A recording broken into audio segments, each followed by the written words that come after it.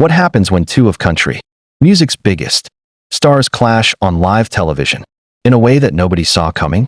The tension was so thick you could cut it with a knife, and by the end, one of them was walking off the set while cameras were still rolling. Make sure to subscribe and drop a comment below because this story gets more intense with every minute that passed. It began like any other taping of the Kelly Clarkson show, the studio buzzing with its usual energy. Audience members chatted excitedly as producers moved around, adjusting lights and giving cues. Kelly was in her element, her warm smile lighting up the entire set. Today's guest was Miranda Lambert, award-winning, chart-topping, and country royalty. She was there to promote her latest album and tour dates. And nothing hinted at the storm waiting just beneath the surface. Kelly's introduction was flawless. "Please welcome the incredibly talented Miranda Lambert," she announced. The audience erupted as Miranda walked onto the stage in her signature country glam, boots, fringe, and confidence. Kelly greeted her with genuine warmth, praising her new album and complimenting her storytelling. Miranda responded graciously, acknowledging Kelly's own impact on music and expressing appreciation for her support. The conversation started off effortlessly. They discussed Miranda's writing process, her inspiration, and the personal experiences that shaped her new songs. The crowd laughed at stories about life on the road, nodded along to memories of heartbreak, and enjoyed the friendly chemistry that filled the space. Everything about the interview seemed light, until Kelly pivoted. "Speaking of being real," Kelly began, her tone still friendly but edged with curiosity. "I have to ask about something that's been making headlines lately." Miranda's posture stiffened slightly. "Okay, shoot." Kelly proceeded carefully but directly. She brought up comments Miranda had made about younger artists in the genre, remarks that many interpreted as criticism toward performers who blended pop and country.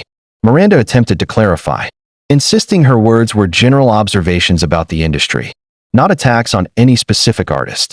But Kelly pressed further, referencing Miranda's interview with Country Weekly and asking if she had any particular artists in mind, especially since her comments seemed to mirror long-running conversations about crossover musicians.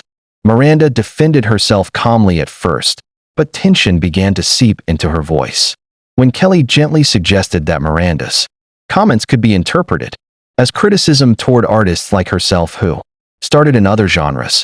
The atmosphere shifted dramatically. Miranda insisted she wasn't. That's when Miranda's patience began to thin. A subtle shift in her expression hinted that things were about to escalate in a way nobody expected, not the host, not the audience, and definitely not the millions who would later watch the moment unfold online. Miranda tried to explain that she supported all artists, but she also believed in preserving the roots of country music. Kelly stayed professional, but didn't shy away from challenging her guest. She reminded Miranda that artists with major platforms have influence, and that sharing opinions about authenticity can unintentionally cast judgment on others. Miranda pushed back.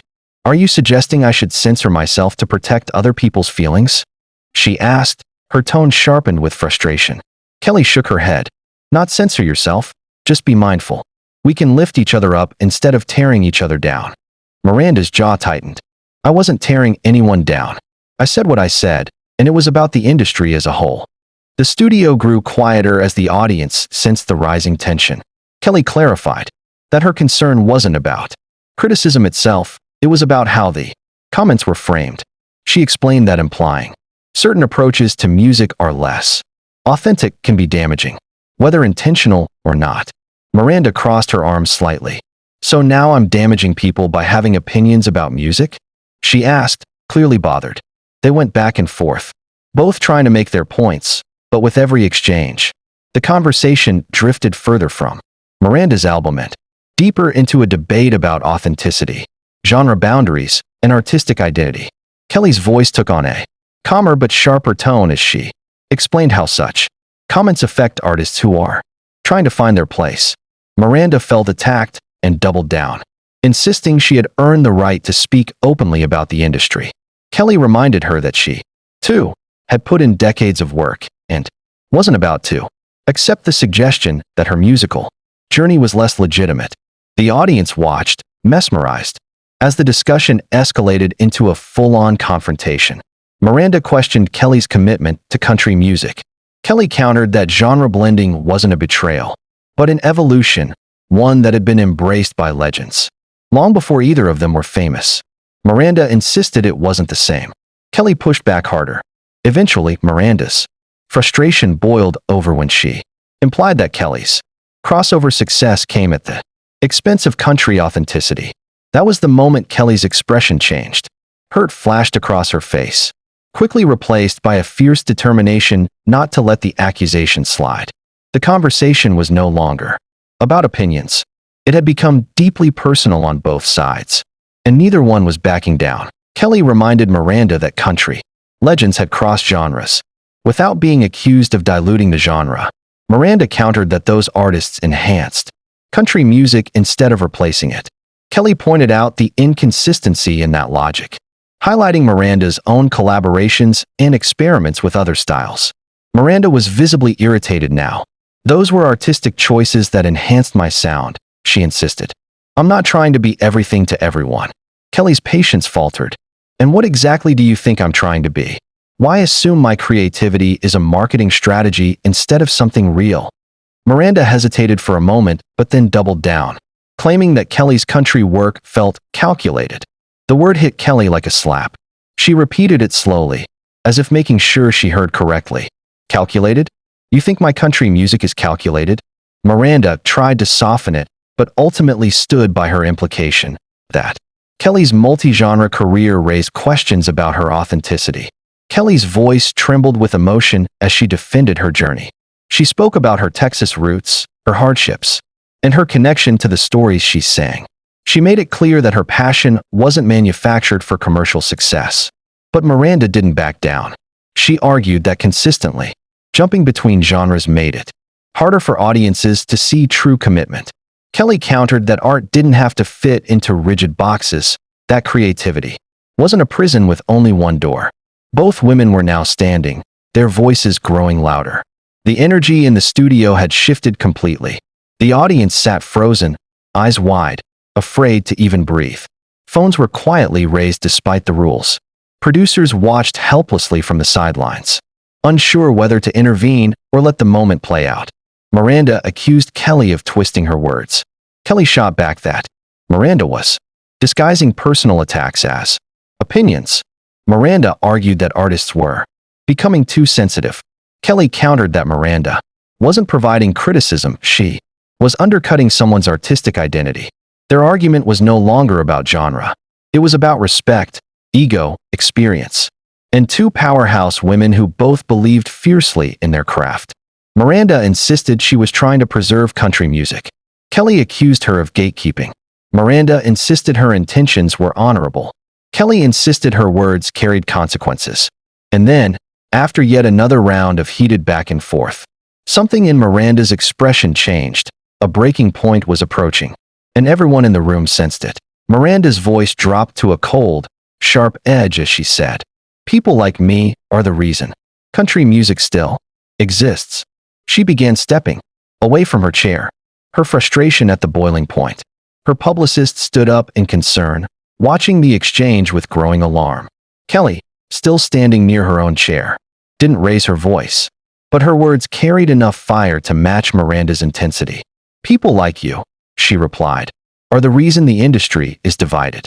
People like you make it harder for artists to grow without being judged."